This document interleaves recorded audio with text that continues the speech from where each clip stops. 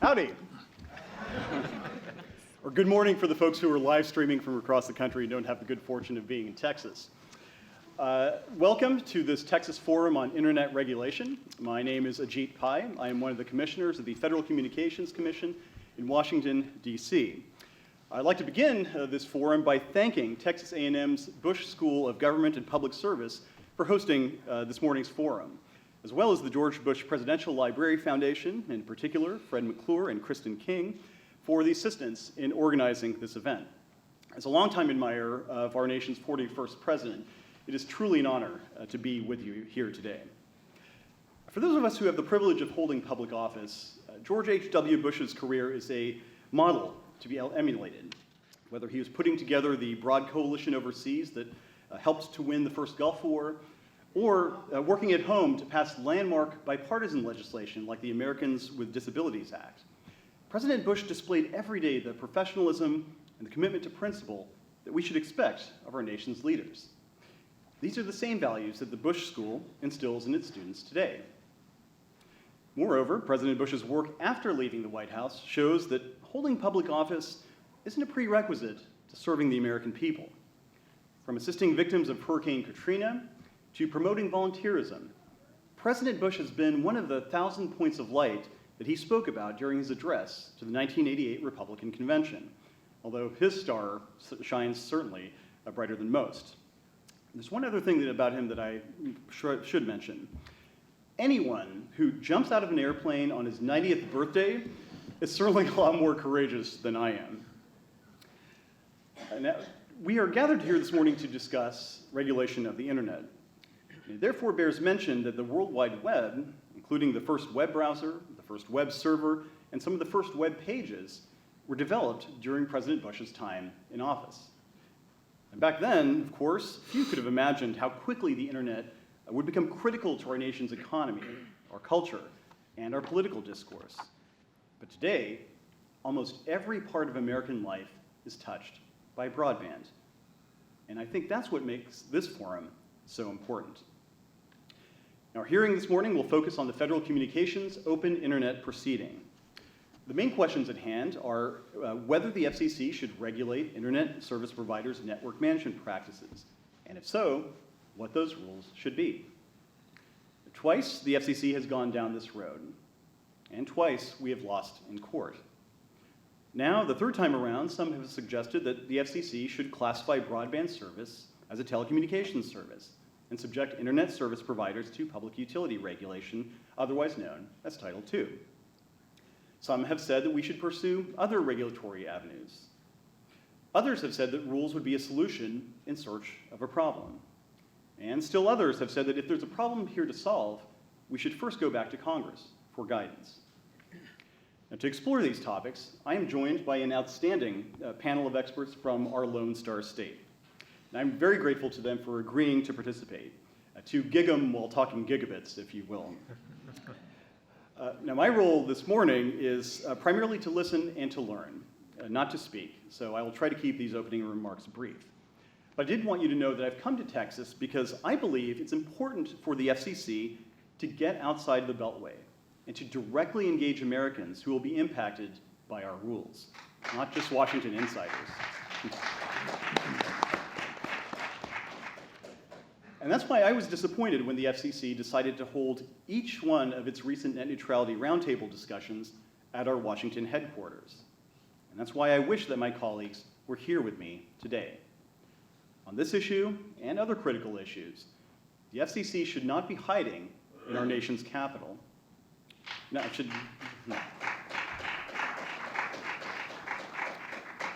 And I should note in this regard that my friend and colleague, Commissioner Michael O'Reilly, has submitted a statement that he wanted me to share with you. And the statement reads as follows. I regret that I'm unable to attend this forum on internet regulation. When it was announced, I had a previous commitment to attend the 2014 ITU Plenipotentiary Conference in Busan, Korea.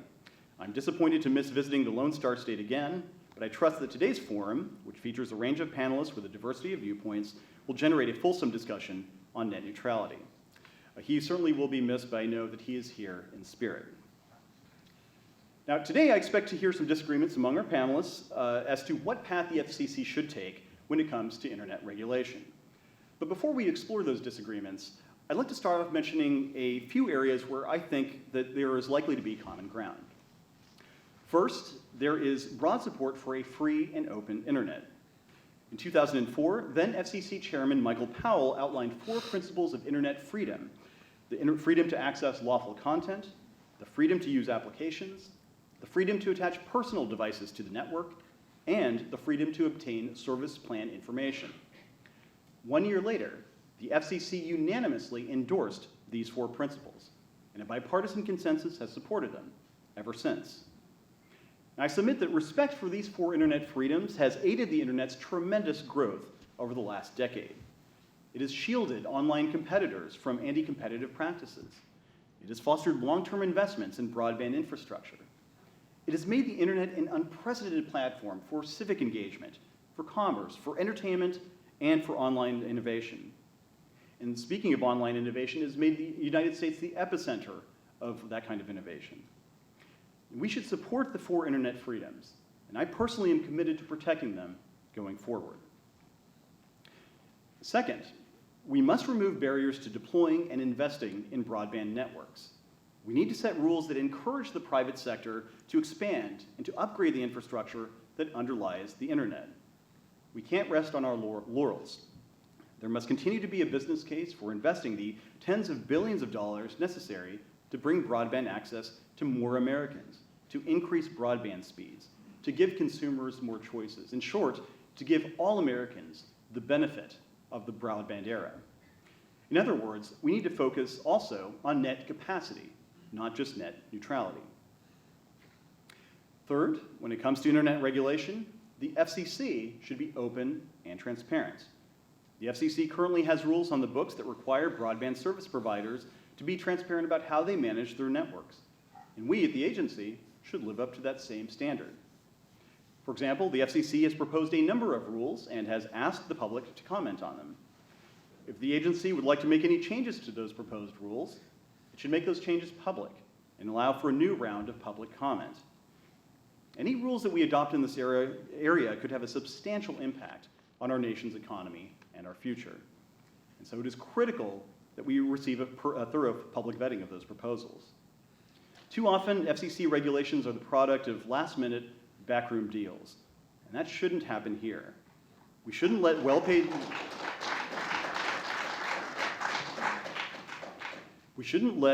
lobbyists have inside information about what the Commission will be voting on while keeping the American people in the dark.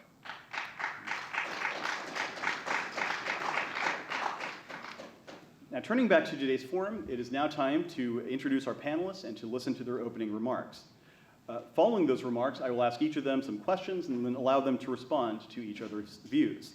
And then we will open it up to the audience to ask questions. I'm looking forward to a lively but civil discussion of these important issues, where everyone, in the spirit of President Bush, will be able to disagree without just being disagreeable. After all, whether we are Aggies or Longhorns, Bears or Mustangs, Red Raiders or Cougars, today we're all Texans. So with that, I will start with our first panelist, starting to my right, your left, the Honorable Donna L. Nelson, who is the chairman of the Texas Public Utility Commission in Austin. Chairman Nelson was appointed by Governor Rick Perry to the Public Utility Commission on August 15, 2008, and she was named chairman on July 26, 2011. Prior to her appointment, Chairman Nelson served as a special assistant and advisor to the governor on energy and telecommunications issues. She also assisted the Governor's Competitiveness Council with the preparation of the Texas 2008 State Energy Plan. She previously served as director of the PUC's telecommunications section and as legal advisor to the PUC chairman. Chairman Nelson sits on the board of the Electric Reliability Council of Texas and is the president of the Southwest Power Pool Regional State Committee. She's active with the National Association of Regulatory Utility Commissioners, where she's a member of the Committee on Energy Resources and the Environment and the Task Force on Environmental Regulation and Generation. Chairman Nelson is a member of the Texas Bioenergy Policy Council and the Texas Broadband Task Force. She's also on the advisory board of the Annual Baseline Assessment of Choice in Canada and the United States. Additionally, Chairman Nelson is a former Assistant Attorney General of Texas, where she specialized in antitrust law. She also worked as a legislative assistant to a U.S. Senator. She is a licensed attorney and a past member of the Texas Council on Autism and Pervasive Developmental Delays. Chairman Nelson received a bachelor's degree from Black Hills State College and a law degree from Texas Tech. She resides in Austin with her son, John. Chairman Nelson, the floor is yours for any opening remarks you care to make. Thank you so much.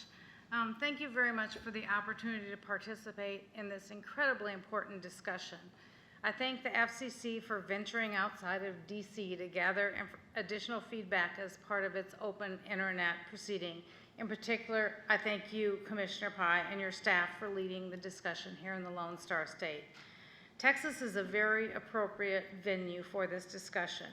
Over the last 15 years, Texas has transitioned its communications and energy markets that fundamentally drive the economic success of Texas, from regulated to competitive industries, and in so doing, we have demonstrated two things. First, competitive markets work better than regulated markets, and second, regulation needs to be predictable, even-handed, and limited to accomplish defined goals. We cannot lose sight of the fact that regulation is a substitute for competitive markets. Unnecessary regulation impedes competition by increasing costs, erecting barriers to entry, ultimately limiting customer choice and driving up the cost of goods and services. The success of communications and energy policy in this state is tied to an overarching deregulatory approach to economic development that Governor Perry and the Texas legislature have implemented over the past 2 decades. Millions of jobs have been created throughout Texas because of this approach.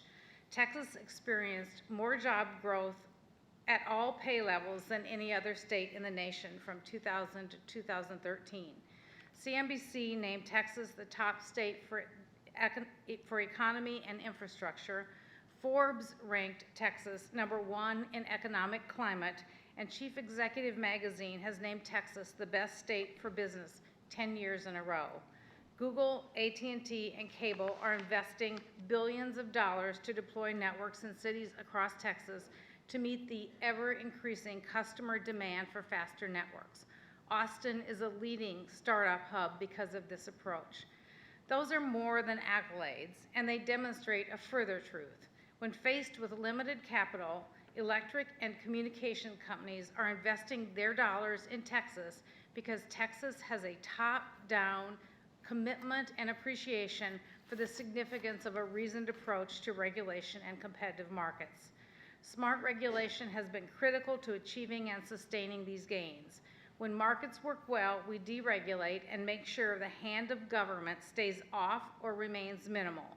In this way, our broadband and other technology-related efforts reflect the clear mandate for the internet articulated by Commissioner Pai in the Telecommunications Act of 1996. That statute made clear that the internet was to remain unfettered from federal or state regulation.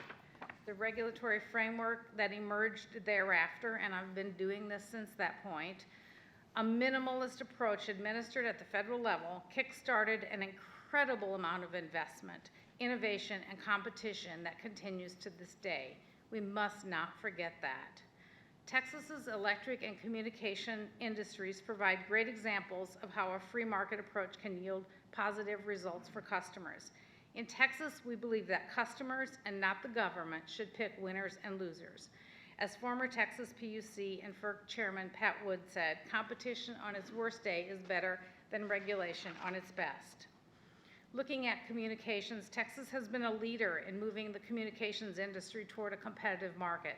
The vast majority of customers in Texas live in areas that have competitive landline service. Our legislature has worked tirelessly to deregulate that market as the video and communication markets converged to offer customers bundled services. The triple play rolled, oh my goodness, my time has gone fast. The triple play rolled out quickly in Texas because of the foresight of our legislature to allow companies to obtain a statewide video franchise. We were the first state to do that. I was going to talk a little bit about our electric market too, and maybe I'll do that in response to questions, but let me talk about the broadband market. As we've moved away from regulation in the telecommunications and electric industries, some are calling for increased regulation in the broadband industry. In fact, some propose to place the broadband sector into a regulatory scheme that was established to regulate utilities, Title II, a scheme that was built in a different time for a different type of service.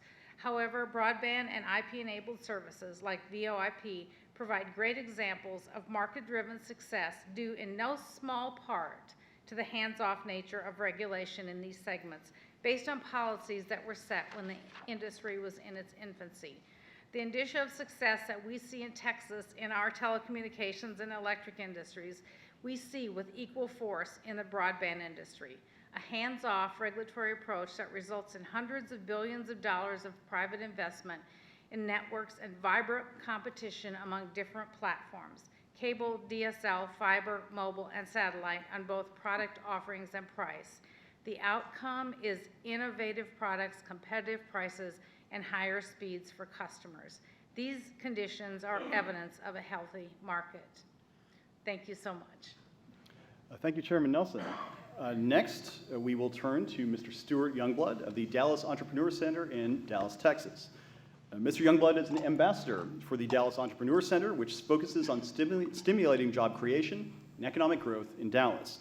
He previously served as the program director for Tech Wildcatters, a Forbes Top 10 ranked seed fund and technology accelerator, which provides resources and mentorship to business startups. And there he focused on raising capital, connecting startups with mentors, and building resources and support for the Dallas startup community. Mr. Youngblood received his Bachelor of Business Administration in Finance, as well as a Bachelor of Arts in Psychology from Southern Methodist University. Mr. Youngblood, the floor is yours.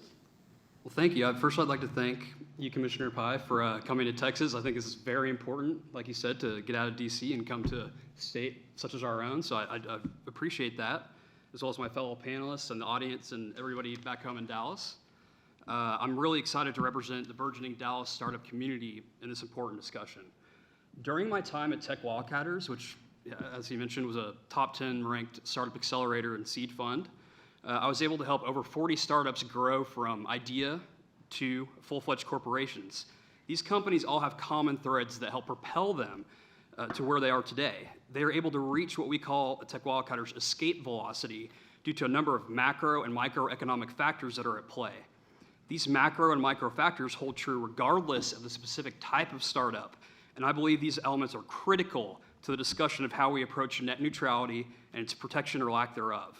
If we do not take the right actions, then we are at risk of severely hampering our ability to maintain our advantage in these variables, and thus begin the disfigurement and or deflation of our entrepreneurial ecosystem here in the U.S. Since startups are critical to the flow of new innovations into larger U.S. corporations via acquisition and competitive pressures, this could truly turn the tide of economic activity across the board potentially. My goal today is to discuss these variables as well as my opinion on which legal route most effectively accomplishes my goal to allow the United States startup ecosystem to flourish indefinitely. While this is by no means a fully comprehensive list of variables, these are the key elements that I've identified, especially within the past decade. So macro variables, technological innovations, specifically the cost of computing, driven down by the cloud revolution. The ability to scale quickly and appropriately at any point in time is critical to a startup success. Also, new platforms such as mobile, we all know about that. It's all been within the last decade. Competitive advantages, the United States versus the world. We have access to willing investment, access to willing talent, and acquirers, as well as the cost of doing business has supported that. And we have a growing base of willing entrepreneurs here in the U.S., both young and old. On a micro level, you have to have an innovative concept and idea. You have to be able to execute that idea. That means you have team. You have a great team. You actually have a monetization strategy, and you're be able to it's adopted in the marketplace. And you also have to have passion naturally. All these variables play a part in determining why someone would want to start a company today, how they go about executing on their vision, and ultimately how that startup will impact its local, regional, national, and international economies. But what many do not realize is that any distortion in one of the variables can have an adverse effect on the entire equation. The variables are interdependent. When one falls, it's likely to drag down others with it. The most important variable, I believe, is the cost of computing. The introduction of cloud computing catalyzed an already increasing downward pressure on the cost of computing within the last decade. When startups could finally shift their computing from servers in their garages, if they could even afford to have them, to the cloud, an explosion in innovation occurred. If startups are relegated to an altered connection because they do not have the funds to hire negotiators or to pay a higher flat fee for a better connection, they are immediately in jeopardy of losing any competitive advantage that has to do with the processing of information in the cloud. This ultimately leads to the downfall of the majority of the other variables I mentioned. And I have a quick example that I'll go through. It's 2020. Johnny's startup graduates from Texas A&M and decides he wants to hit the ground running with a biopharma concept. He believes he can change the world by introducing a new medicine that can cure Alzheimer's. If this was 1985, he would have to have access to a big lab. He wouldn't have had a chance to even do this. Today, he can do that because he has access to the processing power. In a net neutral 2020, he would have this access as well. But if we're in a 2020 where there is paid prioritization, Johnny's packets could be slowed to make way for a larger biotech company's processing. This is if he ever even decided to pursue it. Johnny knows that investors want to see results, who want to see results in his area of expertise are investing in European startups who have access to a neutral net. They don't want to take the risk of having their models slowed unexpectedly. They also don't know if Johnny will be able to recruit the appropriate talent in Texas because top data scientists are being recruited by these European companies or publicly traded companies within the United States. Ultimately, Johnny decides he may not pursue the venture because there's too many variables introduced by the unknown nature of network degradation under paid prioritization. So because of this and other reasons, I fully support Title II to be used to protect net neutrality. I applaud the Mozilla Foundation's September 15th comments in front of the FCC, and I refer to that document on specific technical and legal reasons as to why Title II is the way to go. Thank you. Yep. Thanks.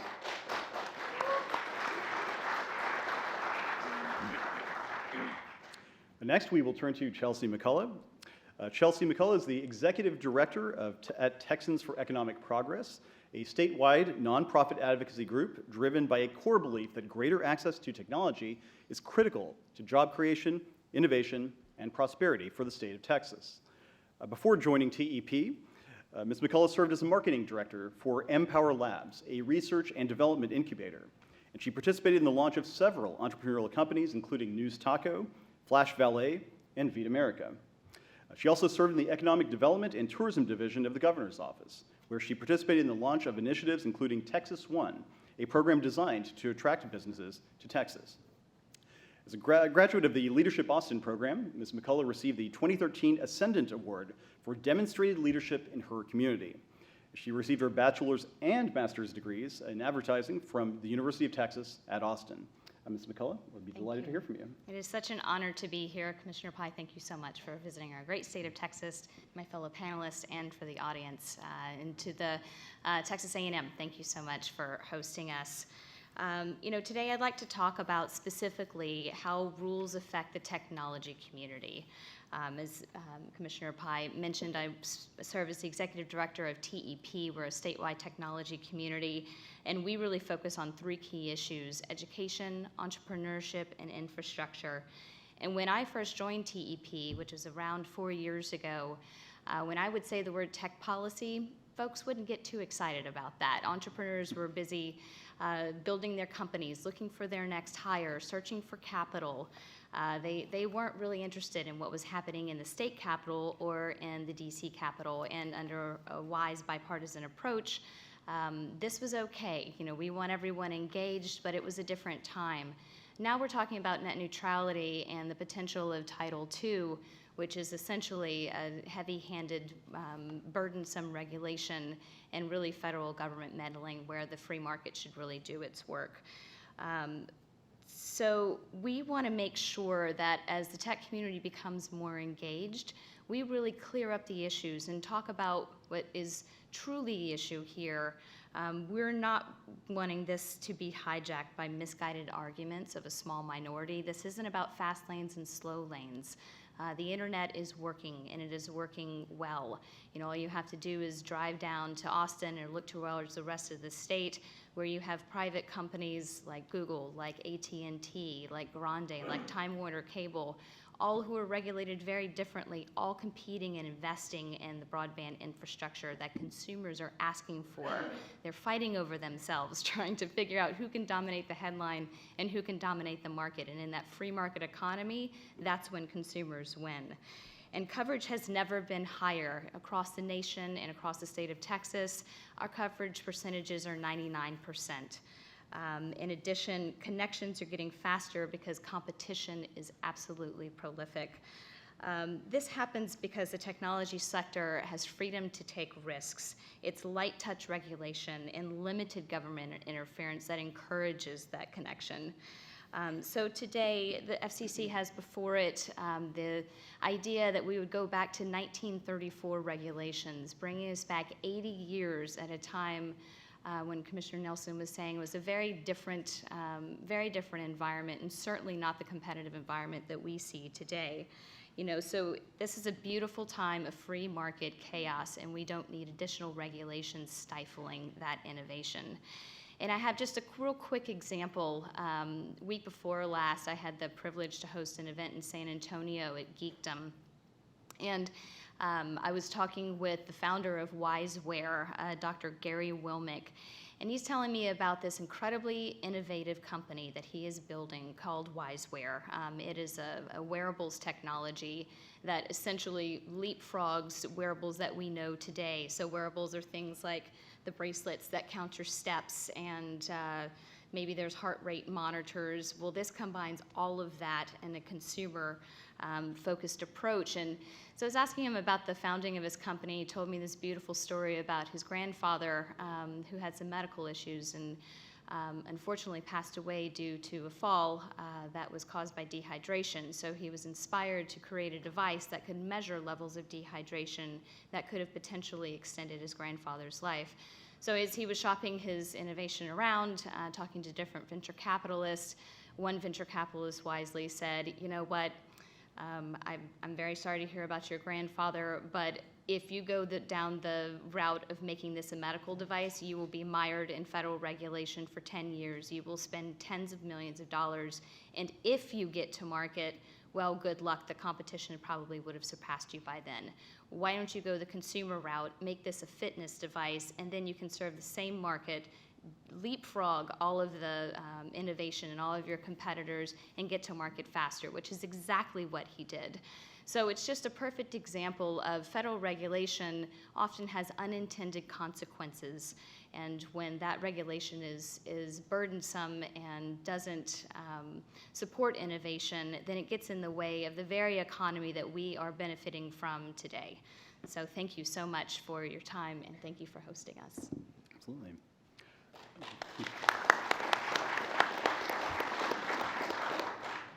We will next turn to Joe Portman. He is the president and founder of Alamo Broadband in Elmendorf, Texas.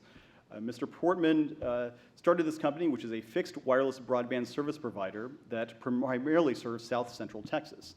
In the early 1990s, he founded Alternate Access, Inc., one of the most successfully locally owned and operated ISPs in the Seattle-Tacoma area, as well as PDGT.com, which was a CLEC dedicated to lower costs for ISPs in that area.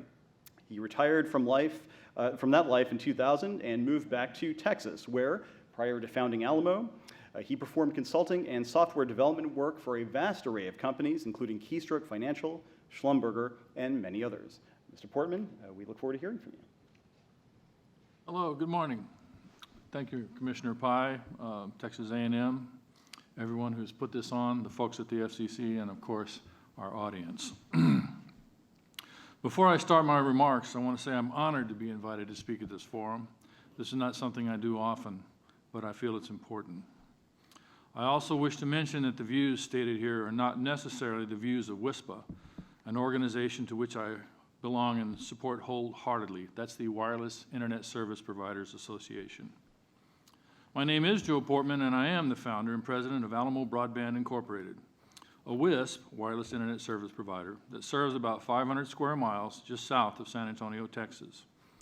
We currently serve over 700 customers, many of which had very limited choices for broadband internet service before we came along.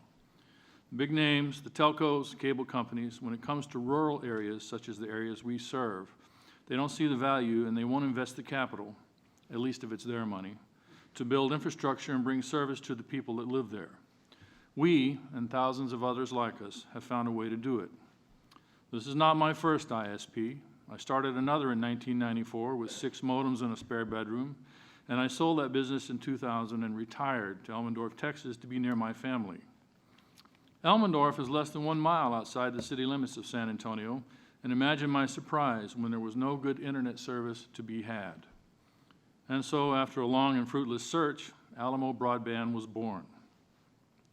Like the majority of WISPs, we use unlicensed spectrum as our last-mile delivery vehicle. We share the spectrum with all the other WISPs and unlicensed users, such as home routers, industrial monitors, smart meters, schools, you name it. It's a challenge sometimes, but we've always found a way. We are completely self-funded, no financial help from the government, no government grants, low-interest loans, or et cetera.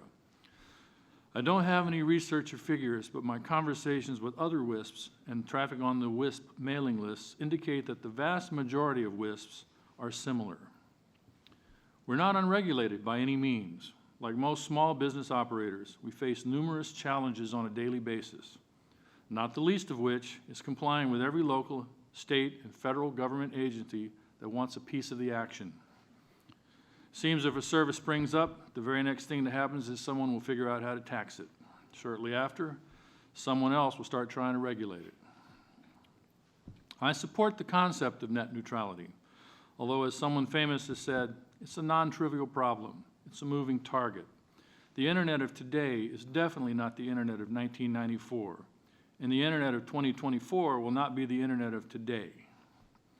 In 2010, the FCC adopted a light touch approach. While many small operators were concerned, we nonetheless complied with the new rules. One significant thing the FCC realized was that WISPs face, and I'm quoting here, unique network management challenges because we do not have exclusive use of the last mile link. This means that what's reasonable for my company to do may not be so for companies that use other technologies. This has not changed. In fact, the challenges we face today are greater than those we faced in the past because customers are using more and more bandwidth for Hulu, Netflix, and other video streaming services, and a whole host of other things. As Commissioner Pai stated in his speech at an industry conference just last week, the WISPapalooza, under the FCC's proposed rules, the federal government could look over your shoulders and second-guess every step you take to manage your customers' online experience. You may see it as ordinary and reasonable network management, but someone in Washington may claim it's a net neutrality violation. To keep the network running efficiently, a network operator needs to be free to take any necessary action it deems reasonable to protect the integrity of the network, so they can continue delivering quality service to their customers. Internet regulation is getting a lot of attention these days. In fact, I was invited to attend the protest at this very location, all in the name of net neutrality. I'm not big on protests. So that brings us to why I'm really here today. Title II regulation of WISPs and other internet broadband providers. I think it's pretty much a terrible idea, born of good intentions. The phrase unintended consequences comes to mind. Here are a few of the problems I see with the approach. Increased disclosure and reporting requirements of not just our internet practices, but every facet of our business. Small companies such as mine simply cannot bear the cost of preparing and filing these items. Our staff is pretty busy just dealing with the loads we already carry. More staff to cover regulations means less funds to run the network and provide the very service our customers depend on. I'm also informed by an attorney any violation of these new regulations would not only carry potential fines, but could require damages as well. In the worst case scenario, if you've heard of patent trolling, then you can imagine some of these same people would quickly figure out a way to start trolling ISPs as well. A few successful cases would be all it takes to start a landslide in the WISP industry. And here's the rub. The regulations would not really be addressing the core issue, the likelihood that the dominant companies with big market power will use that power to take advantage of small broadband providers. The enforcement process must be fair to small businesses, so I think it's a good idea to eliminate expensive formal complaints and require people to negotiate in good faith with their ISP for 30 days before they can file a complaint. And let's make the sanctions specific. Under the current rules, I don't know if a violation of the net neutrality rules is a $1 problem or a $1 million problem. I can't accurately assess the risk, and investors can't quantify the risk. This raises a barrier to small businesses seeking capital and stifles growth. In summary, if it ain't broke, don't fix it. The Internet has experienced massive growth since the light touch regulatory approach was adopted in 2010, and absent any landmark changes, it will continue to do so. Title II and the more onerous and costly regulations will work against the goals of encouraging broadband deployment to all Americans. We're not common carriers. We don't need to be regulated as common carriers. As Commissioner Pai said in his speech, the concerns of small businesses need to be front and center in this debate, not an afterthought to an ideological crusade. Thank you. Thank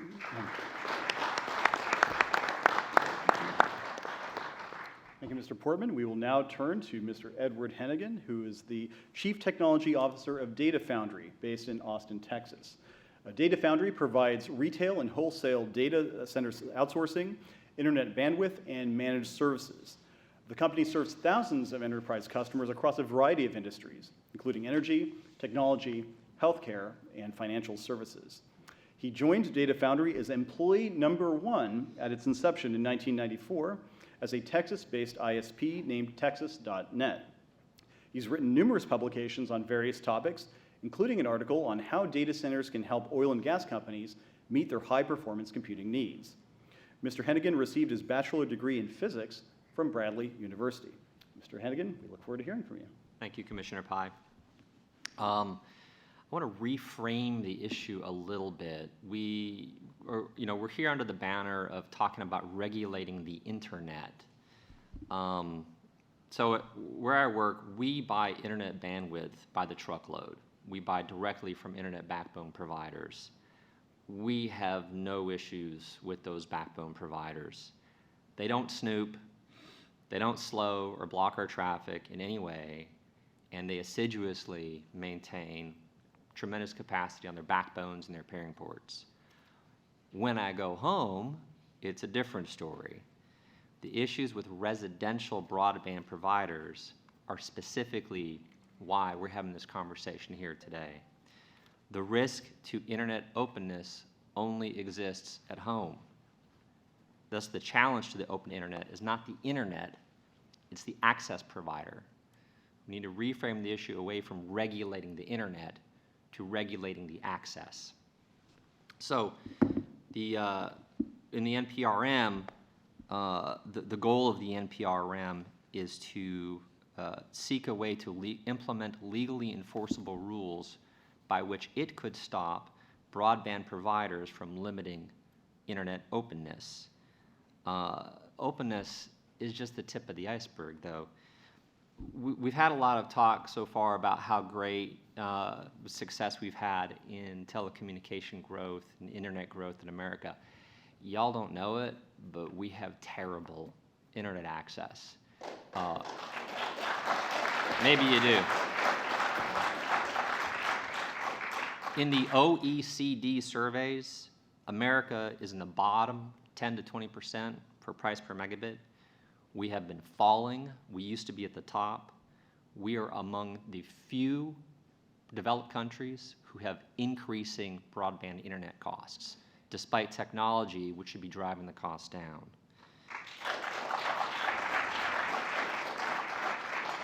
Customer service is awful. The two most hated companies in America are the ones with the lowest customer satisfaction ratings are two of the biggest residential broadband internet providers.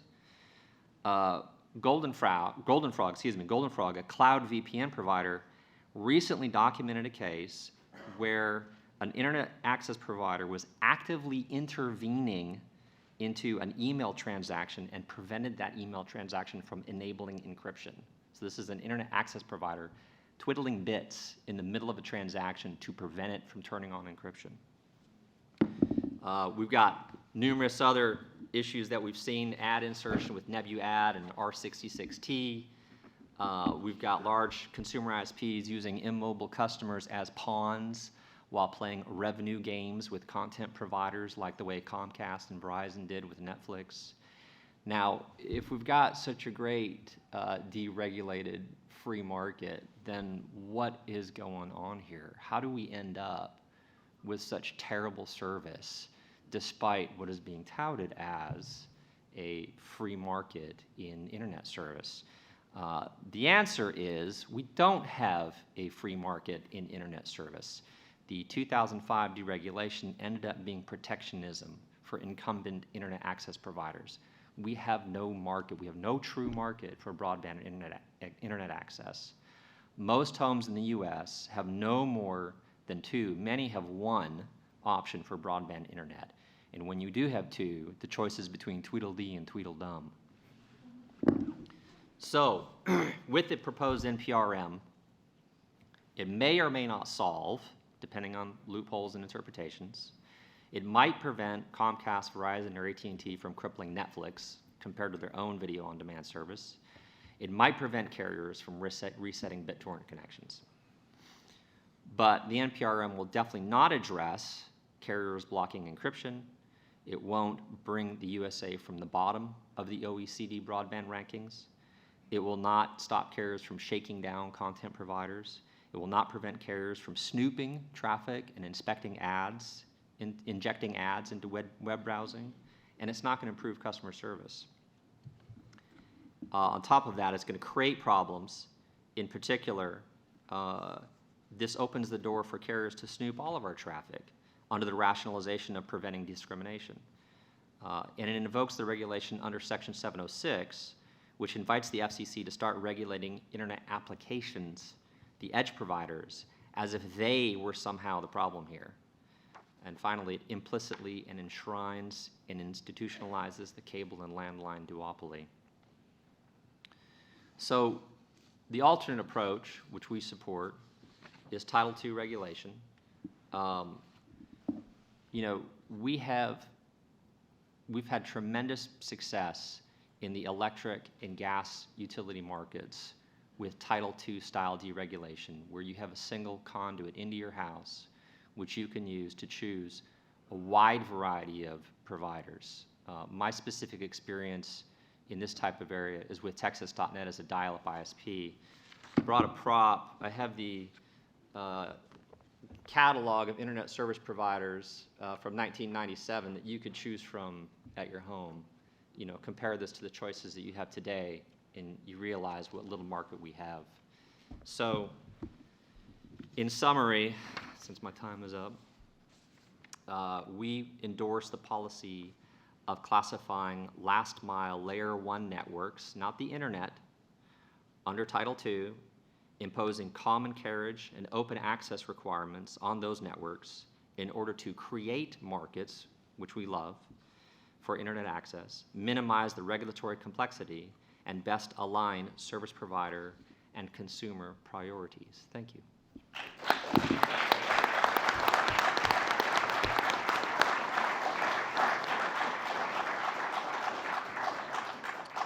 Thank you, Mr. Hennigan. We will now turn to our last but certainly not least panelist, Robert Hunt. Mr. Hunt is the Vice President of Regulatory Affairs and Business Operations at GVTC, which stands for Guadalupe Valley Telephone Cooperative in New Braunfels, Texas. GVTC provides telecommunications services in South and Central Texas. In July of 2009, Governor Perry appointed Mr. Hunt to serve on the board of the Texas Department of Agriculture's Texas Broadband Task Force, which promotes broadband deployment and adoption in the Lone Star State. He also serves on the boards of the Texas Telephone Association and the U.S. Telecom Association. Prior to joining GVTC in 1993, Mr. Hunt provided engineering and consulting services to the telecommunications industry. He received his bachelor's degree in electrical engineering from the University of Texas at Austin. Mr. Hunt, the floor is yours. Great. Thank you, Commissioner Pye. First, I'd like to thank you for the opportunity to serve on this panel and for you coming to Texas and also this great university. I am very proud. I have a recent Aggie graduate, and I've got another son. Whoop! I know, that's a good thing. And I've got another son here in his sophomore year, so we're very engaged at Texas A&M, great university. I do hope you find this panel useful and some of our discussions as well as you develop the internet rules that we will follow for the future. I am Robert Hunt. Vice President of Regulatory Affairs and Business Operations at GVTC. GVTC is a telephone cooperative formed in 1951.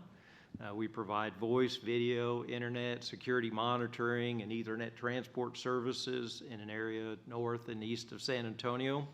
We do provide the service in predominantly rural areas, so we understand those challenges, which makes it very costly to serve those areas. However, we recognized many years ago that our ability to deliver broadband services was critical to our success as well as the economic growth in our service area.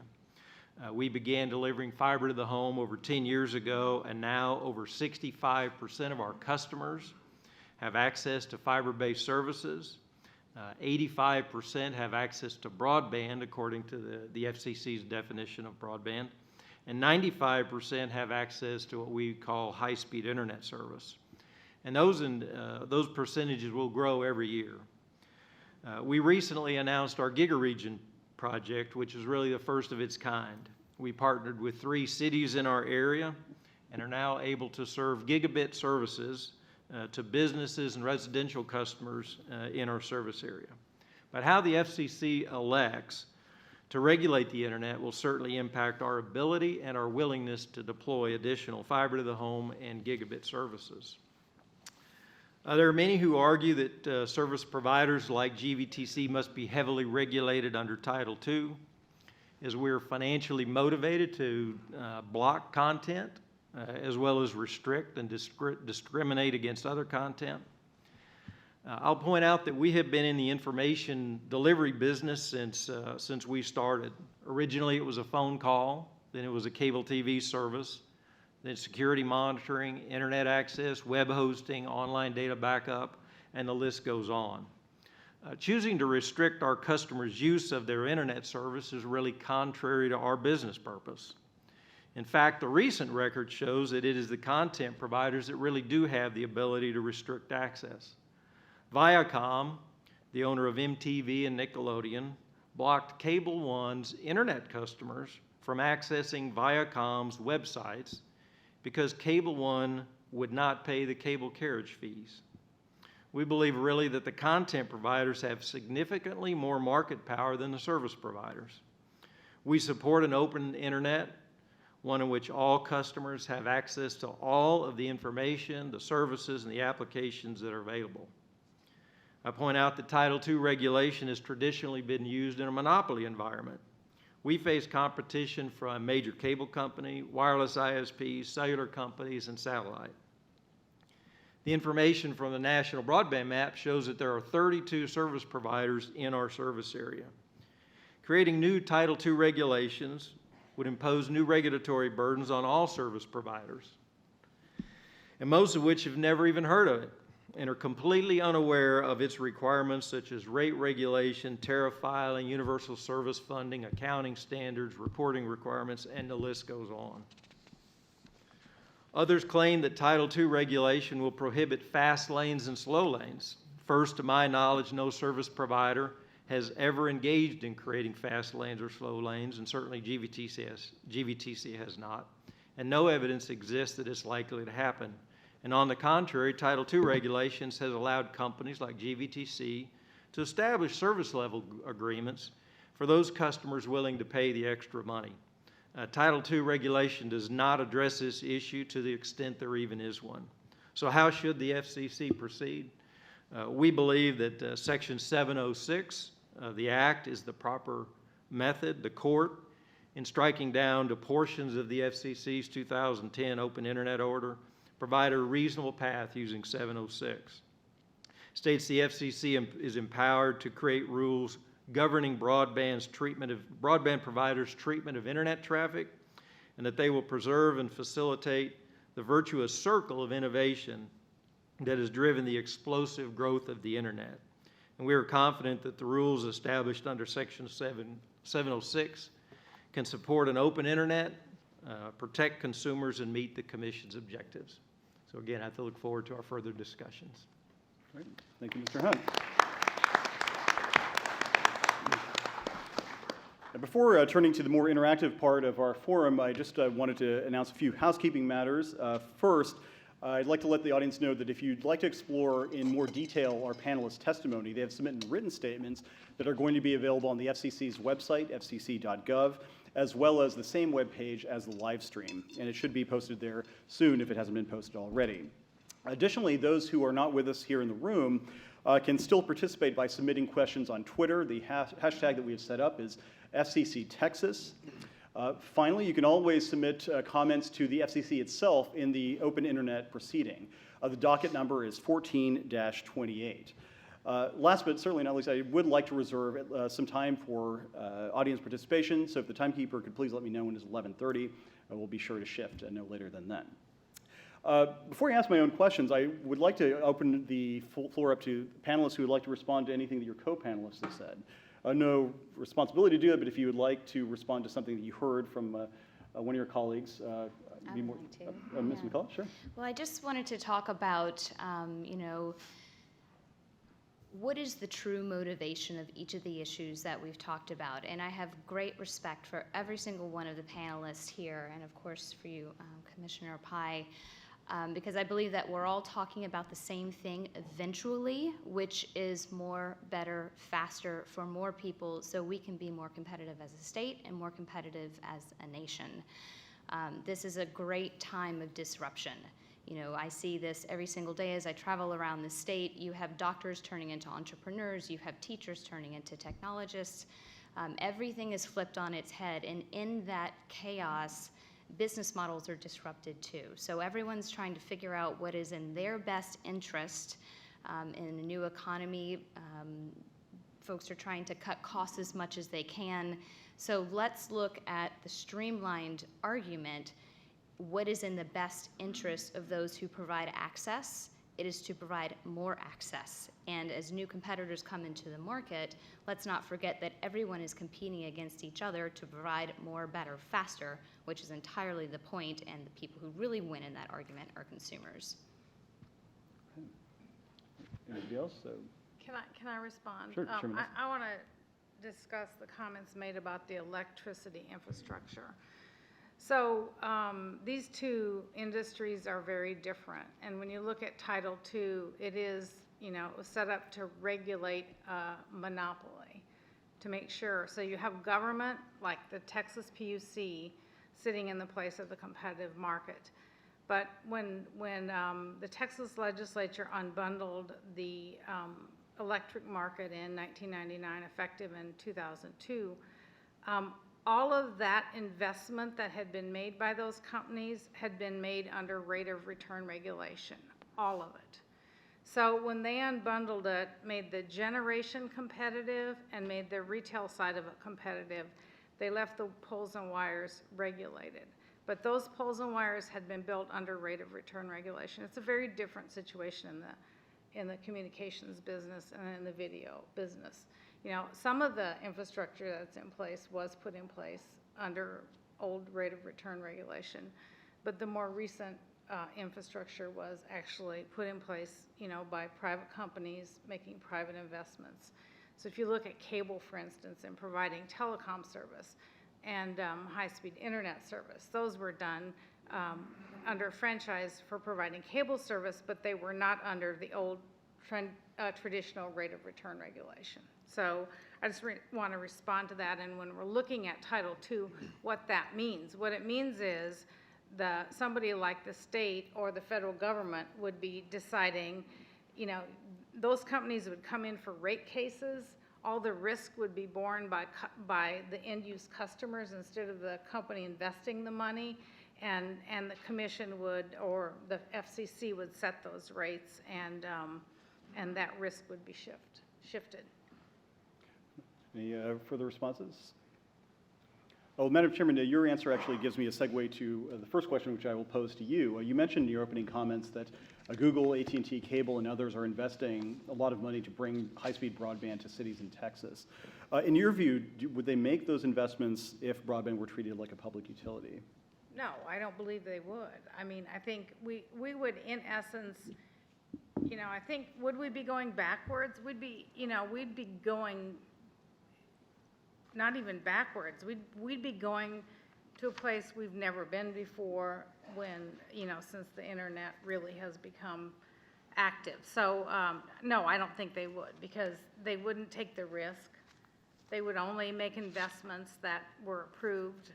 Every time somebody wants to build a transmission line in Texas, this commission, the PUC, approves the building of a transmission line. First, we decide if it needs to be built, if there's need for it, and then we decide where it's going to be built, and then we decide how much money the company that builds it's going to receive. So that's not a real, as you can imagine, it works in electricity because you don't want to have a bunch of transmission lines, but in this market, you can see with such a vibrant market, it really would slow things down a lot. Mr. Hennigan, I'd be curious to hear your perspective on that same question. Yeah, kind of unpack a lot of that. What we're talking about here is the last mile is where the issue is. There's the common rejection of the Title II argument is the investment issue. And on one hand, I think there's maybe a failure of imagination. The people who would be building network to residential locations, they are now doing it with a lower expected return over a longer time period. But the key here is they are not the customer. I'm sorry, the residential address to which they're building is not the customer. That's not who they're wooing.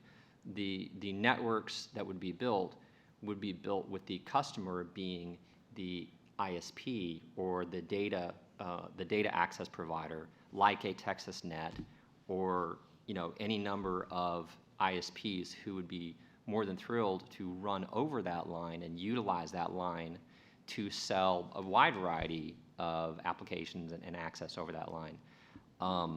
And what we need to see really is we need to see a credible FCC who can put the regulatory regime in place that businesses will trust will be there over a long time and not be dismantled piece by piece, for example, 1999 through 2007.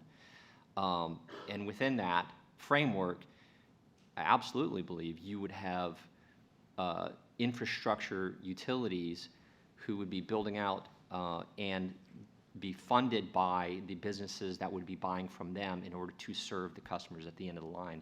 And one other note on all that, why does it make any economic sense to have overbuilding? Why does it make economic sense? Why is it good for society that multiple network providers have to bear the same costs over and over again to build out to every address when if one infrastructure provider did that and provided access to that network to everybody, it's going to be far more cost effective and cost efficient for society as a whole.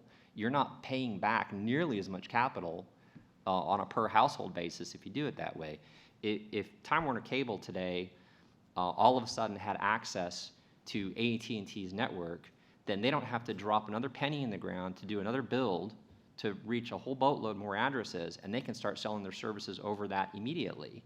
So the questions about well, what happens to the investment? Where does the investment come from? I really think that the questioning and the answers are still framed in an old way of thinking that does not properly reflect what that world would really look like. Thanks, and actually that is a helpful segue into the next question, which I would pose to Mr. Portman and Mr. Hunt, respectively. What do you think of that vision of the infrastructure that Mr. Hennigan just outlined, both from the perspective of wireless ISP and from a smaller telephone cooperative? Wow.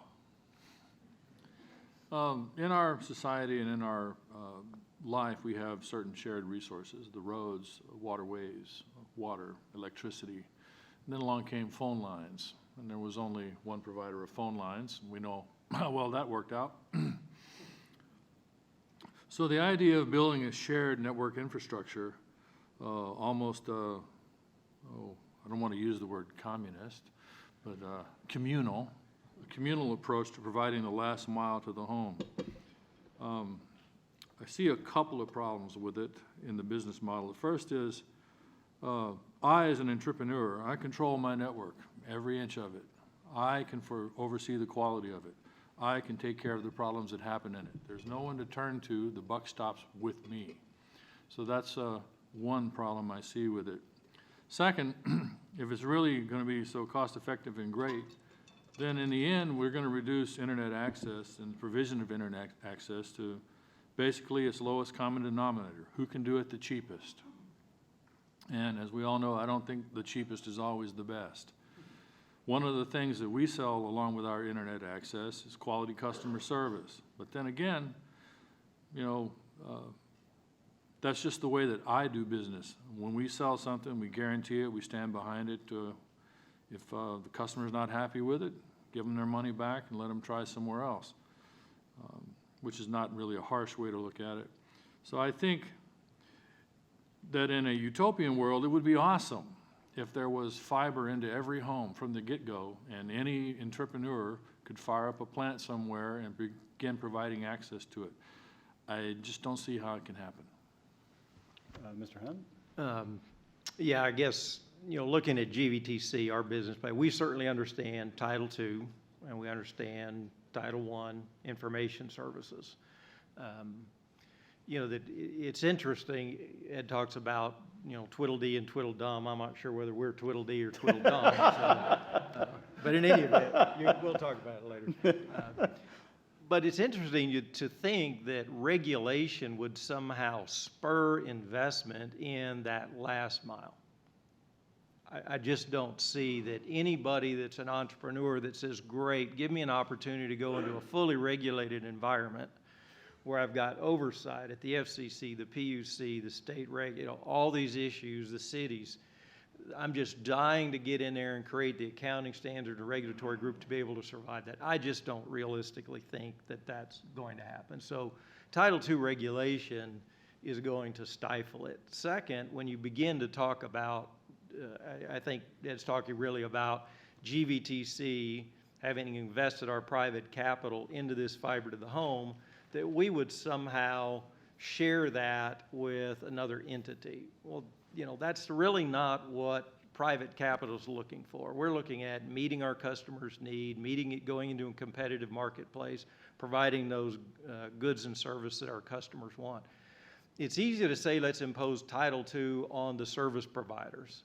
Well, let's turn that discussion around. I think it would really be nice if everyone that wanted to do data hosting could just piece part your data center out, and let's apply Title II regulation to that, and Rackspace could utilize your data center at some cost that they want to pay you, or you could do it. But so again, this concept of the last mile and imposing new regulations is not going to drive anybody to be able to willingly to go out and invest additional capital, to think otherwise. And I would point out, when you go back to 1997, for those of you in the audience still remember that, this was dial-up internet.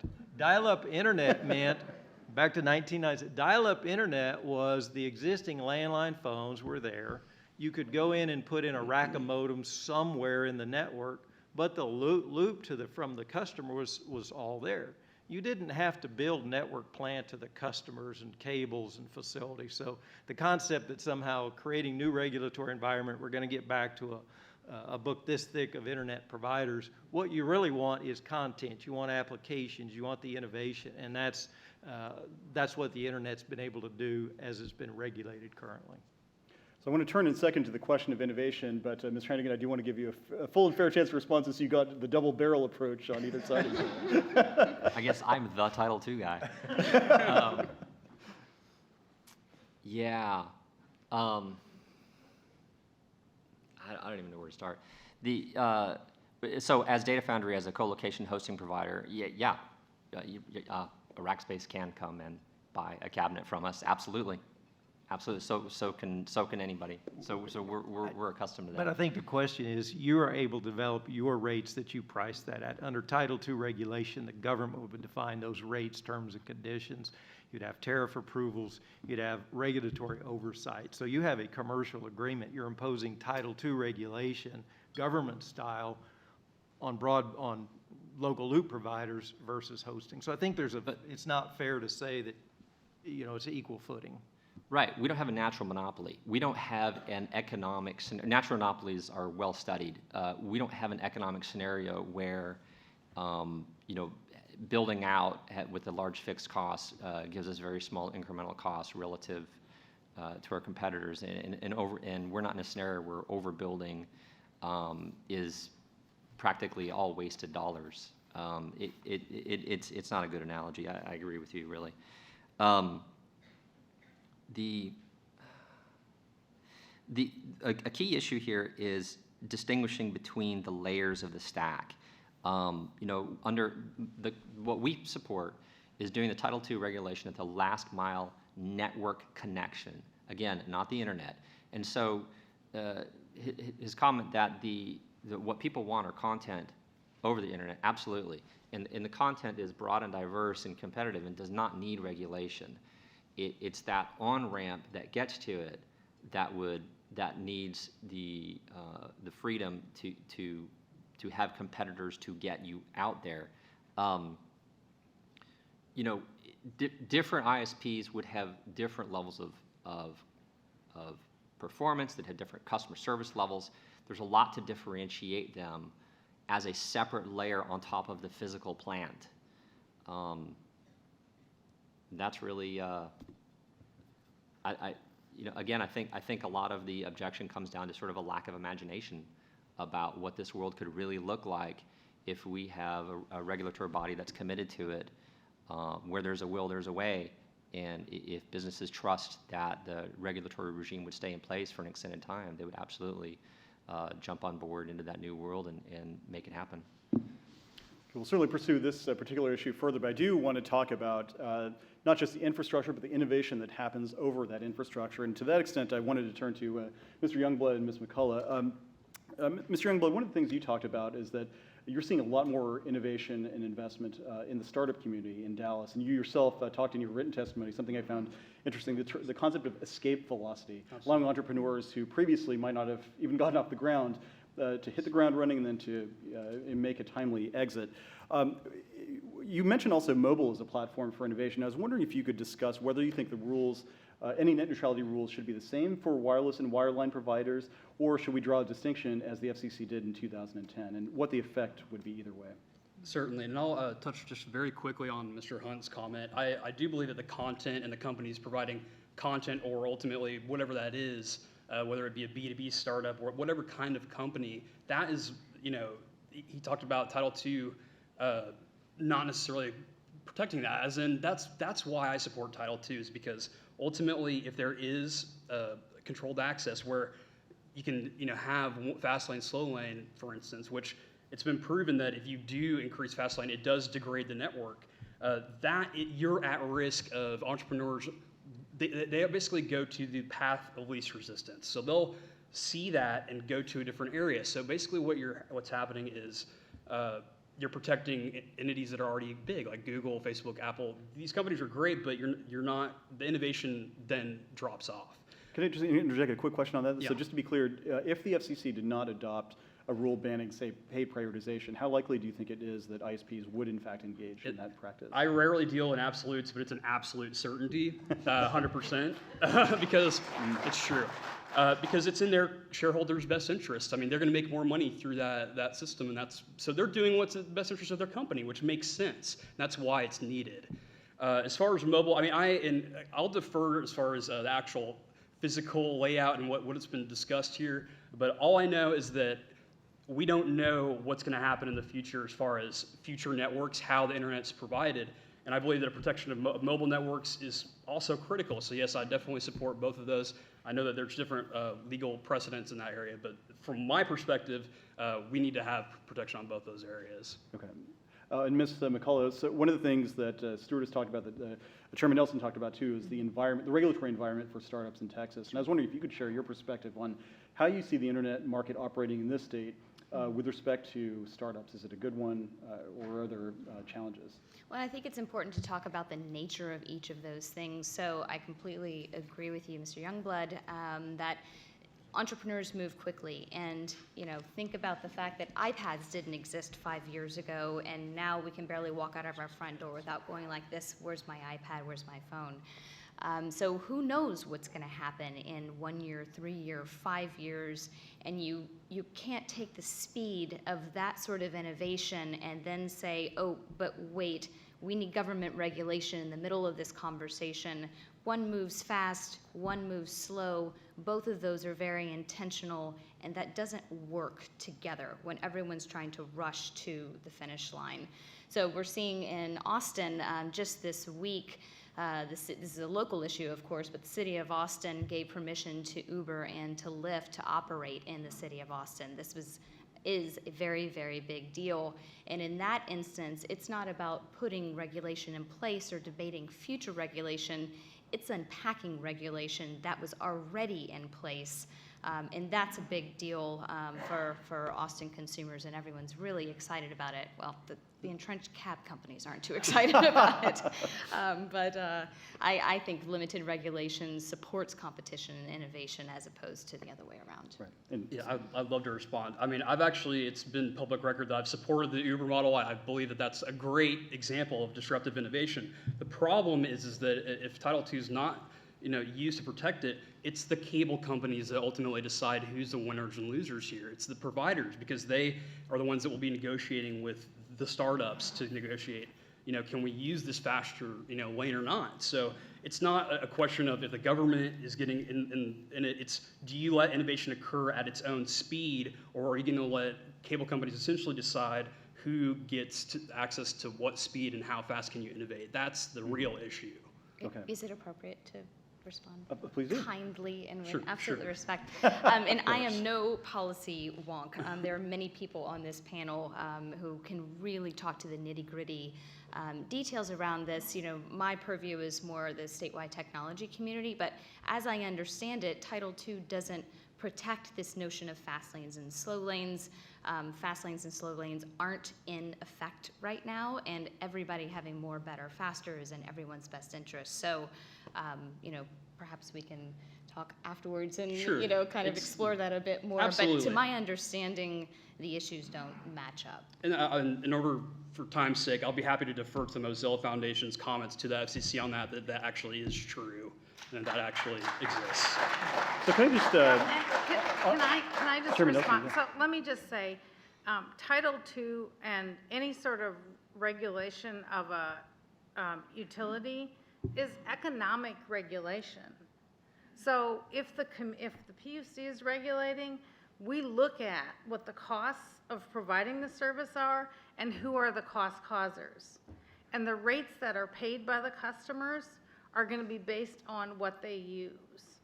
So it seems like we're comparing apples and oranges here, because what really is being sought here is access, and it seems like it's access based on concepts that aren't maybe economic.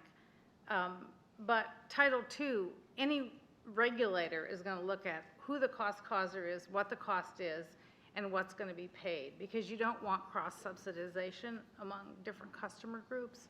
So that doesn't take away those issues, and it doesn't relieve the obligation on the regulator to look at those issues. and that's a question that I wanted to explore as well. What would the effect of Title II be on ISPs in particular? And if I could turn to Mr. Portman for a second.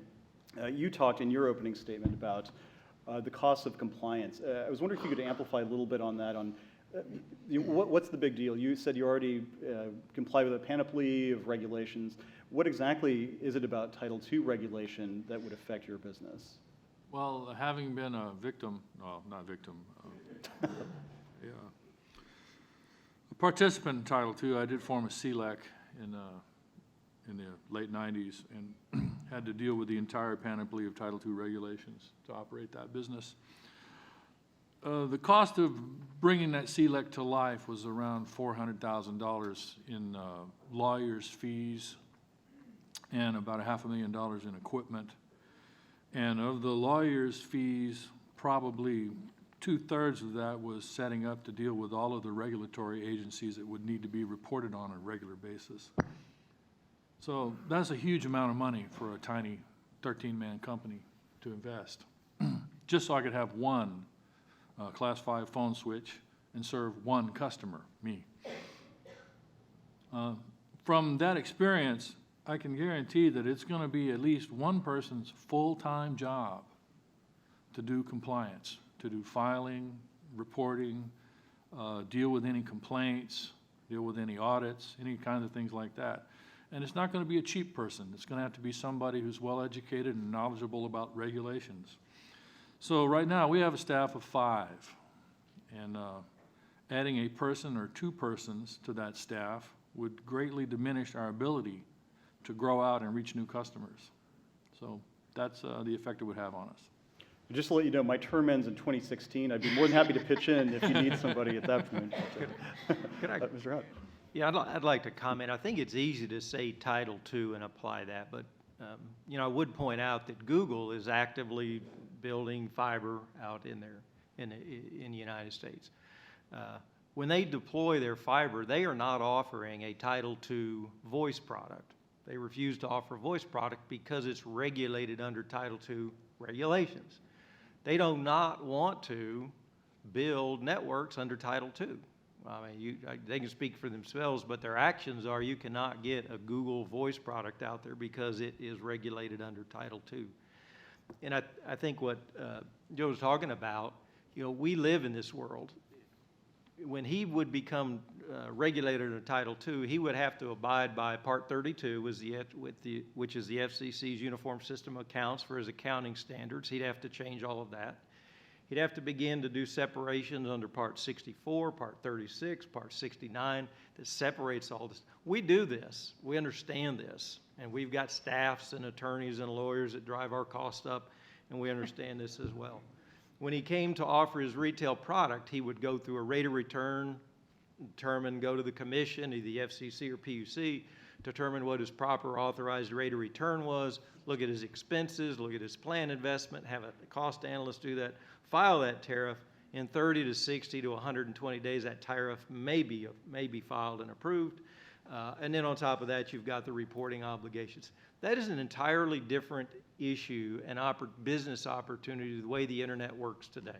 If he chooses to add a feature or functionality to his internet offering, says this now includes security, he just adds that. In the future, under Title II, I envision that would be a tariff filing with cost support, regulatory filing. I think the FCC, it's an $800 charge to file a tariff. Those are the kinds of things when you talk about Title II that you want to apply to every broadband service provider. We understand Title II as it relates to phone. We do not deal with that as it relates to internet. And we are adamantly opposed to any sort of Title II because of the impact and the cost. It will not drive your cost down. It will drive cost up from internet service providers. Sorry, Mr. Hagan. So the security services that he would like to offer, the new and innovative and creative security services he'd like to offer on top of his network, that would be in his deregulated business, not the regulated business. So that's the whole computer inquiry structural separation. I read the computer inquiries again recently. Wow, fascinating stuff. Seriously, in 1966, sitting there saying, well, geez, you know, these computing services they're becoming all cool.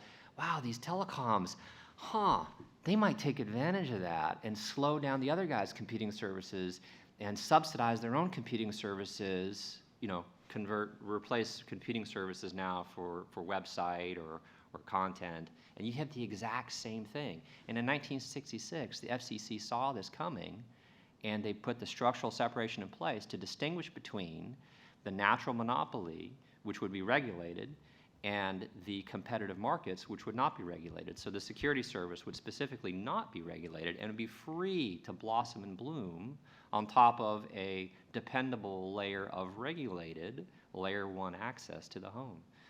I had one other point, I completely forgot it. So I'll move on. Sorry, go ahead. So I had forgotten about going to the Utility Commission and filing the tariffs. Thank you for reminding me of that painful experience. I would foresee that if we make any change in the basic fundamental structure of the service that we deliver, if we change the speeds, committed information rates, service level, we would have to file those? Right. Okay, thank you. So I don't want to focus only on Title II because obviously there's been a discussion about another regulatory path. I thought we'd spend a few minutes talking about that, and that's what's known as Section 706.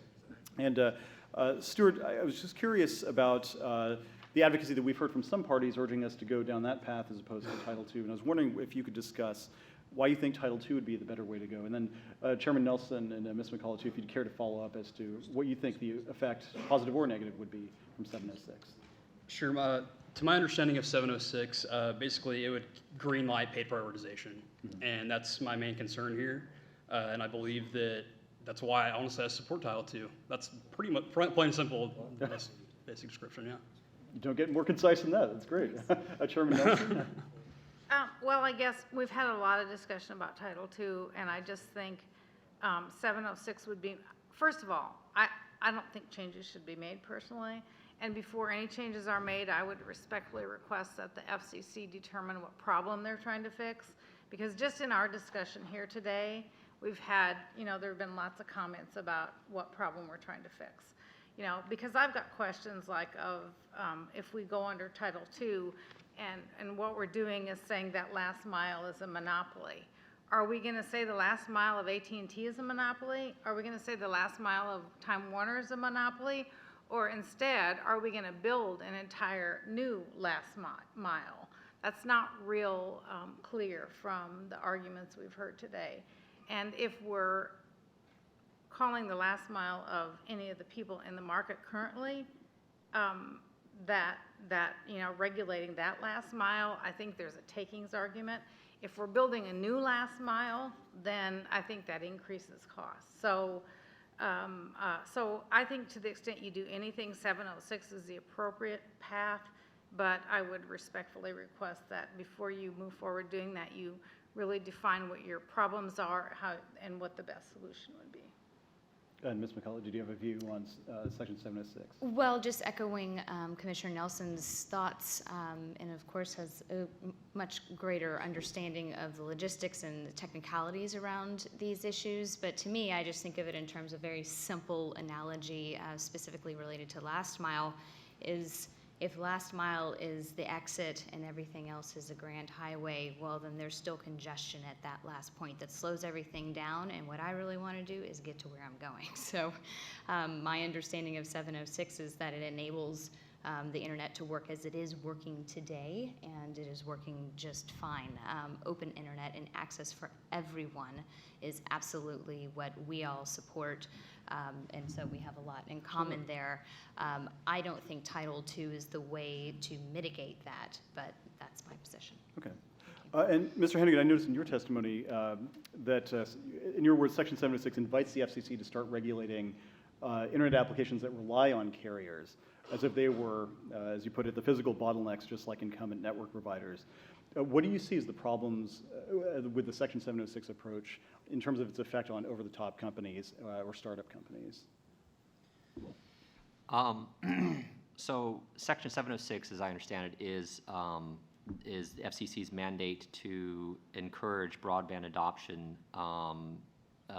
and to the extent that the FCC decides that a way to encourage broadband adoption is by maybe forcing different privacy policies or forcing different content delivery policies by edge providers or application providers, then the FCC now has, a rationalization or justification for going to those content edge providers and saying, well, you need to do your business differently.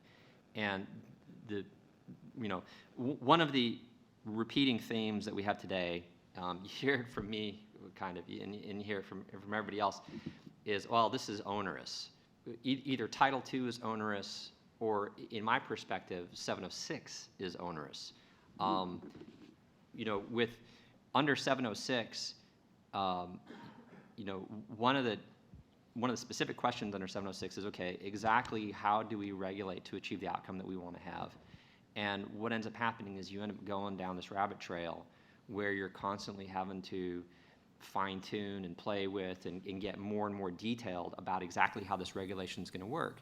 You know, if you're saying that, well, the access providers have to be non-discriminatory, well, then maybe we need to make the web servers non-discriminatory somehow too. And the problem is that it's a false equivalency, because there's a huge diversity of competition on the content and application provider side, and regulation there is truly, you know, the Pandora's box in creating untold complications about how it would work, whereas we don't have the same level of competition, despite repeated comments that we do, on the access side. And so if we start regulating the access side under 706, I guarantee you the incumbents are going to say, well, it's not fair, woe is me, if you're going to do this to me, you got to do it to everybody, otherwise it's not fair. And then, you know, you don't want to talk about killing creativity and innovation and technological advancement. That's what will happen when you do that. Okay, I want to focus, we've been talking a lot about the effect of regulation, but I do want to focus a bit on what's most obviously important here, which is the consumer experience. And to that extent, I was struck by something that you said in your opening comments, Mr. Portman, about, look, I have a quality service that I want to guarantee to my customers. And you also mentioned that customers are using more and more bandwidth for things like Netflix and Hulu. I was wondering if you could describe just briefly what the use of streaming services and other high bandwidth applications means for you in terms of managing the network. Okay. Back in the early days of dial-up, long before Hulu, Netflix, and so forth, we had modem hogs. This is people who would, for whatever reason, tie up a modem all day long. And even though they weren't actually using it, it's not a concept that really translates to today, but we had to have a network management practice back then to try and make sure that our modems were available to all of our customers. We kept a nice fat ratio of about eight customers per modem, and we were the first unlimited service provider in the Seattle-Tacoma area. We didn't charge by the hour. And so we had to begin network management back then because we had to manage a limited resource. In other words, if everybody wanted to use it all the time as much as possible, then the cost would have been a lot higher and we would have had very poor service. So we fast forward 20 years to today, almost exactly 20 years. October 1994 is when I started that thing. And now we have Netflix and Hulu and whatever, and these are what we call data-hungry services. They eat all they can if you let them. So our infrastructure is, again, limited. We're in a rural area. We're operating with equipment that can only deliver X amount of bandwidth to X number of customers. And as these customers consume more and more of this bandwidth, again, on an unlimited plan, we have to begin to figure out ways to either increase the bandwidth without driving our costs through the roof, or to manage the bandwidth so that everybody gets a fair share of it. So right now, we have a really fast network. We've got plenty of bandwidth to all of our towers. All of our APs are lightly loaded, and so our customers have a nice experience. But as people want to do streaming in HD, as people want to do multiple streams, as people want to consume more and more of the bandwidth, our pipe is only so big. And as more and more people come to the trough to drink, we have to figure out a way to give them more. And right now, technology hasn't matched the demand, not quite yet. So that's where we're at. Good to know. So we could definitely continue this conversation for quite a while, but I do want to open up for audience participation. There are going to be two gentlemen on either aisle who will have a microphone. If you have a question, please see one of them. They're both wearing ties, suits, just like me. I also want to make sure that we get at least one question from social media, so if our mic holders could let me know, that would be great. If you wouldn't mind just saying your name and where you're from, that would be terrific. Good afternoon. My name is Dr. Tish Stringer. I'm from Rice University. I teach filmmaking. Hi.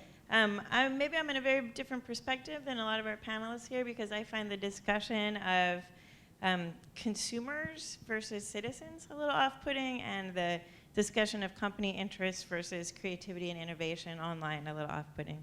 So like I said, I'm a producer. Net neutrality means I don't need a license to produce and distribute content as I do with a TV or a radio station. I teach filmmaking. My students use the internet today to distribute their films, build work portfolios, raise money, promote their screenings, submit to festivals, access and use archives for free use art. If the new rules favor large corporations, the little creative producers will struggle to make their voices heard. The airwaves, writ large, supposedly belong to the citizens of the United States, but we see them dominated by the same few large corporations. The same will be true of an internet regulated like other telecoms. Immediacy of a free internet for publicist publishing has been an incredible benefit for information sharing in cases of disasters and for social movements. I support net neutrality because I support a plurality of voices and free access to information as a cornerstone to a healthy democracy. As panelist McCullough stated, open internet and access to everyone is and should be the goal. Thank you. Thanks. And I should mention that if any of our panelists would like to respond to any of the questions, that one or any of them, feel free. So Mr. Culler, Mr. Youngblood, on that, anybody? Sure. Well, I just think the statements were well prepared, and thank you for voicing them. Creative expression and investment in infrastructure are two very, very different things, and they actually go hand in hand. So the more we invest in the infrastructure, and I keep using the very colloquial term more, better, faster, the more that you and your students who are doing awesome work at great Rice University, big fan, have the ability to do it. So thank you. Great. Sir. Howdy, I'm a student here at Texas A&M, and I've got a question for you. Sure. It's been alleged that the FCC yielded on its original pro-net neutrality stance after an aggressive astroturfing campaign put on by the lobbying industry for the telecommunication industry. Recently, via Washington Post editorial, Commissioner Pai publicly attacked a research project meant in part to measure and identify astroturfing campaigns on social media.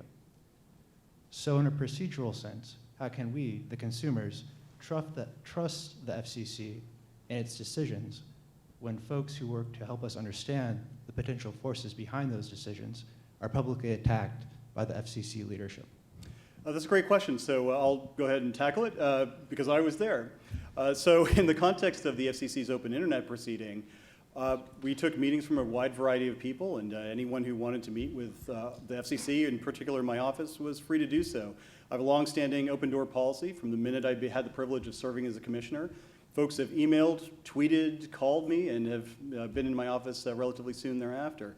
You can certainly look at my statement on the NPRM that we adopted. In terms of process and in terms of substance, I didn't necessarily share the view that that was the best way to proceed, especially because I think that broadband is a critical part of our nation's future economic success, and that's why I want to make sure that we have a very open, a very transparent regulatory administrative proceeding, and we adopt the right rules in the end. And that's frankly part of the reason why I'm here, is because I don't want to be sitting just in the headquarters at DC listening to people who have strong interests on any side of this particular issue. With respect to your question about the Washington Post op-ed editorial, the issue in that case was pretty simple. Do you think that the federal government, given our current genuine scientific priorities, should be spending $1 million on a project that is designed according to its own website to sniff out and to squelch what they call social pollution on Twitter? It seems to me Twitter is a great online platform for public discourse, and the last thing the government should be doing is funding ways to figure out how to minimize what that same website calls social propaganda. That's not something that I, frankly, as a citizen, let alone as a commissioner, who genuinely loves the First Amendment and free expression, wants to countenance. Good morning. My name is Lauren Dubois, and I'm with the Internet Innovation Alliance. There's been a lot of debate this morning about whether telephone regulations, the so-called Title II rules, should apply to broadband providers to prevent them from creating fast lanes on the internet that could favor some edge or content providers over others. And I wanted to get your thoughts. Is there any evidence that an internet provider has tried to prioritize traffic not directed at a consumer's request? And also, I had one other question. I'll start with that. Sure. Well, so I should emphasize that I'm primarily in listening mode at this point, so I would defer to our panelists if they have particular examples they want to discuss.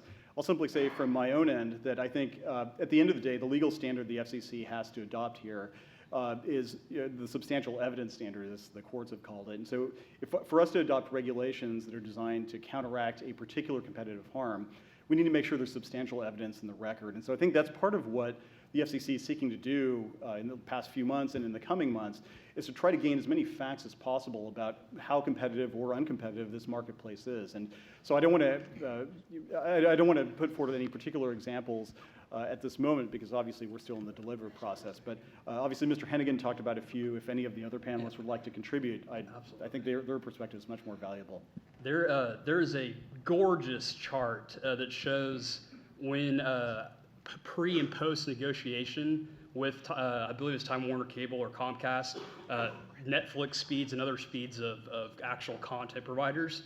It literally, it spikes the day after negotiations ended. So I recommend that you go try to find that chart. I'll be happy to tweet it out later.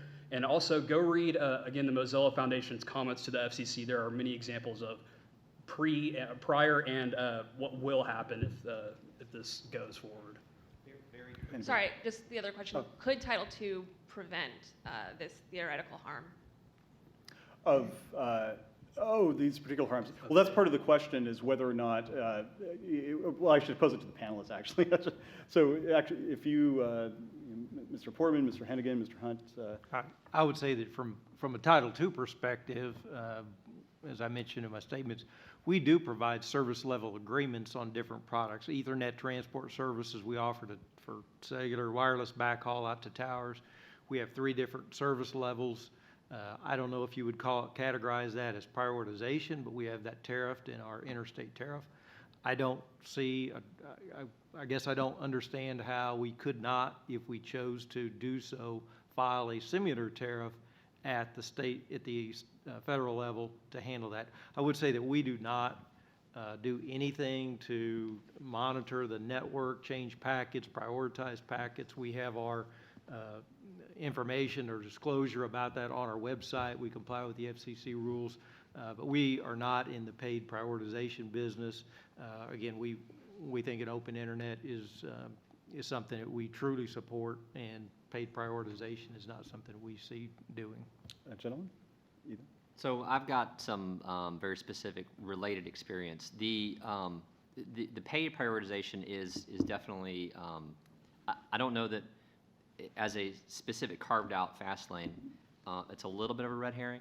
What is really happening is technically not the same, but it has been going on for 15 years or so that in my direct experience.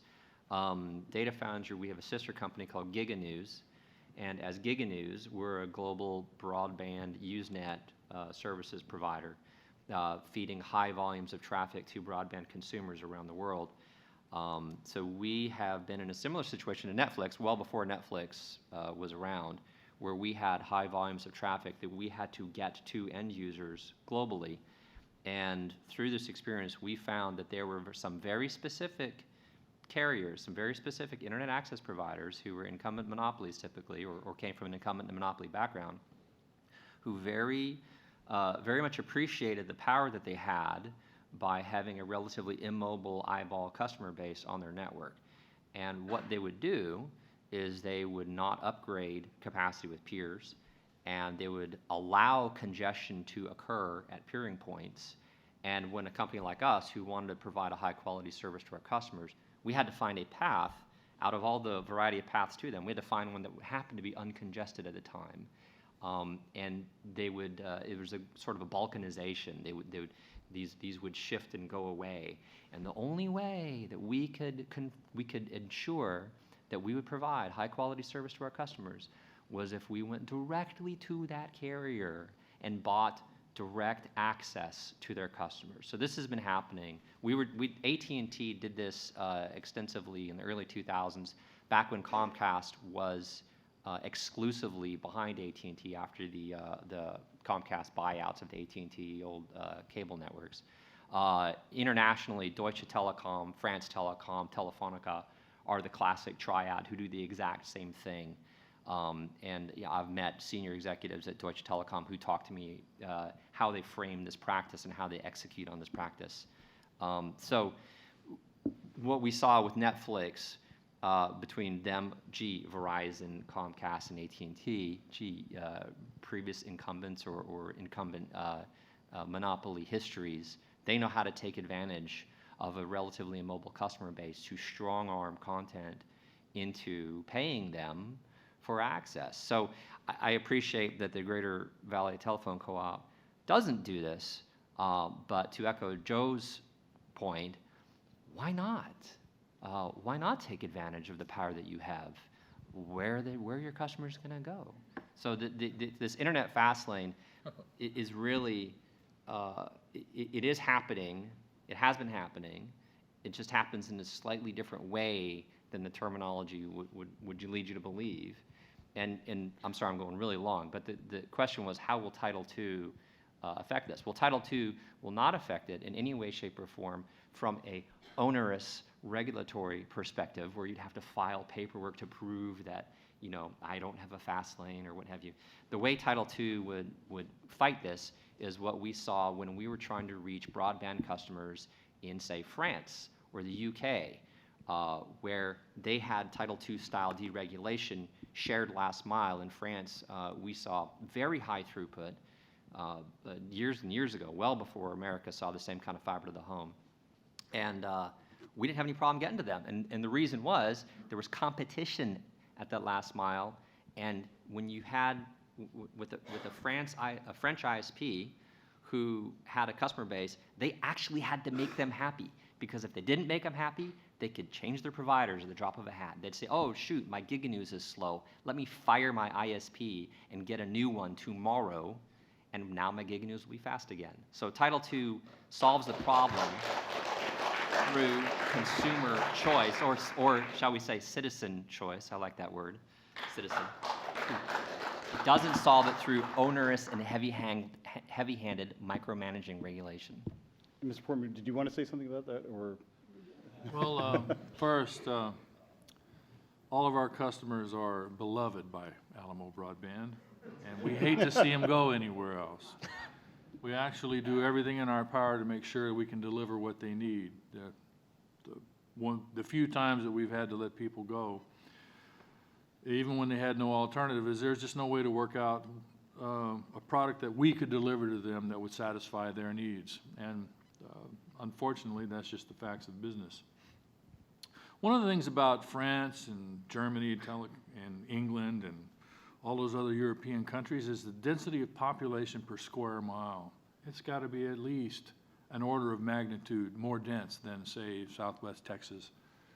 So bringing a shared infrastructure into into cities that have tens of millions of people seems to be a lot more feasible than bringing it into a freshly new incorporated city of Sandy Oaks of 1,300 homes. While, like I said, I support the idea in theory, I don't think the practice is going to be possible. Back to prioritization, I wanted to talk about that. Prioritization is something everybody does. You just don't get around it. As a matter of fact, I'd be willing to bet that you prioritize VoIP. You don't? We don't offer VoIP. Okay, but well, we don't offer, but we prioritize it because a lot of our customers have service with other companies like Vonage, and they mark their packets as VoIP, and we honor those markings and give them priority because we want our customers to have a good experience, even though it's not our particular product. So we're forced to do some prioritization just based on the fact that the network at any given time can be subject to a DOS attack. We had one this morning, 800 megabits per second, lasted 11 minutes. Now we have 2 gigabits of connectivity to the internet, but you stick 800 megabits per second on one leg and things are not going to go right. But with prioritization, voice service was uninterrupted. So it's a fact of life that we're going to have to do some sort of massaging or managing of the network in order that the most important applications, and I consider VoIP important because we have customers out there that all they have is a VoIP phone line for 911 service. So if they need to get a hold of fire or sheriff or whoever, we want to make sure that it's going to work. So prioritization exists, will exist, and I think is going to continue to exist. But it doesn't need to be the kind of prioritization. We don't do it to put extra money in our pocket. That's the kind of things that we see from the large major providers. They say, hey, I've got 10 million customers. Okay, Mr. Netflix, you want to reach my customers? You pony up a little extra. I think that is wrong. So before we go to the next question, I want to make sure we have a chance for at least one person on Twitter to ask a question. If our folks can just let me know if and when we have a question. But first, let's go to the gentleman in the middle of the room. Thank you. My name is Bill Kelly. I'm here from Houston, Texas. And I noticed, by the way, that the duopoly in Houston is not represented here. We have Comcast and AT&T. And the comments of Mr. Hennigan resonate with me because I'm on the board of this high-rise community of 200 homeowners. Mm-hmm. And I have negotiated with both AT&T and Comcast over our services. We had bulk services that we have now canceled, by the way. And now we now own, for the first time, the cable inside our building, the coaxial cable. Where I live is in the Montrose area, where we fill most of a city block. Two of the streets that are on that block, one of them on Kipling Street underground, is fiber optic cable for AT&T. On Yoakum Street, another street that borders our community, in the telephone lines, or the poles, is fiber optic cable for Comcast. So it's not the last mile for us, it's like 30 yards or something. And we even offered to share the cost of bringing fiber into our buildings, and we've gotten stiff-armed on that. The other thing that I've noticed in the Houston area is just 2 blocks from us now, they're building a 30-story high-rise rental building, and there's 12 cranes I can see from my balcony. I mean, the boom in building is everywhere. And I've called and inquired, are they putting fiber optic in the new buildings? And the answer is no. They're putting copper in them. In other words, the new technology is not going into the new buildings. And I think the FCC should look into that and find out what's stopping this duopoly from doing that.